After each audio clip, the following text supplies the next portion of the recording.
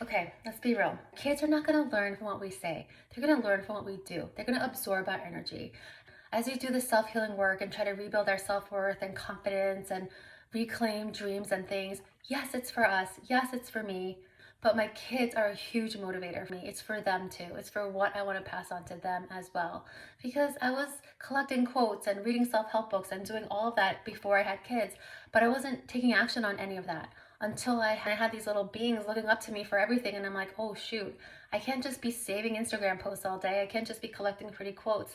I really have to practice being kind to myself, setting boundaries, stop people pleasing. It's not just a pretty idea. I really have to do it and model it for them because I want them to know much earlier than I did, which was in my 40s, that self-worth is not based on what you do. It's based on who you are, and who you are is defined by what you value. It sounds so simple, but it took me so long, and I don't want it to take them that long.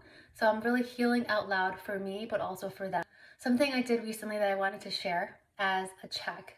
It was really scary, but I'm going to keep doing it, and I think it's a really cool idea. I asked my kids, depends on how old your kids are, they can't be super young, but my daughter's 8. I asked her, what do you think is 3 things that you think are really important to mommy? And on that list of 3, although yes, it did include her and my family, it also included my phone, and that broke my heart. I do not want my kids to think my phone is one of my top 3 most important things.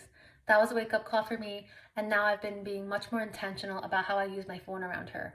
I was guilty of kind of passively scrolling, even when we're playing a game together, when it's not my turn, I was looking at my phone, and all that affected her. She thought I was valuing that more than my time with her. So I'm being much more intentional about it because that's not what I want to pass on. That's not how I want her to remember me, because I value my time with her so much more than my phone, but my actions weren't showing it. So that was a wake-up call.